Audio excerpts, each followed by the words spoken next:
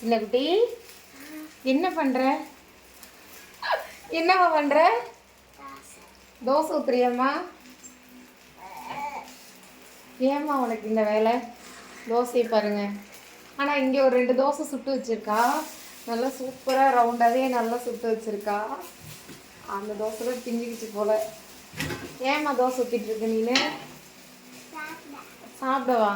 அம்மா கிட்ட கேட்டால் அம்மா ஊற்றி தர மாட்டேனா? ம், இந்த சாப்பாடுலாம் யார் சாப்பிட்றது? எப்போ பார்த்தாலும் தோசையை சாப்பிட்டா எப்படி வளருவ? இந்த பாப்பாவுக்கு தோசை தாங்க வேணும். உனக்கு என்ன முக்கியம்? தோசை தான் முக்கியம். இதாகியா தோசை வந்து ஊற்றுது சொல்ல பொண்ணு. யாரும்மா கற்றுக் கொடுத்தா உனக்கு தோசை ஊற்ற?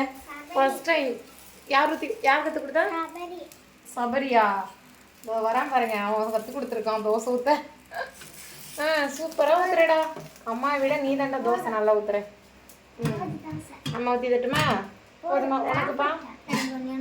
சாப்பாடு இருக்குந்தானே அம்மா தோசை ஊற்ற வேணாம்னு சொன்னேன். 2 பேரும் திரும்பித்தனமாக தோசை ஊற்றுறீங்க. நான் போய் துணியை காய வச்சுட்டு வரதுக்குள்ள. பாருங்க, இந்த மாதிரி குழந்தைங்களாம் உங்கள் வீட்டில் இருக்காங்களா? இருந்தால் கமெண்ட்டில் சொல்லுங்கள்.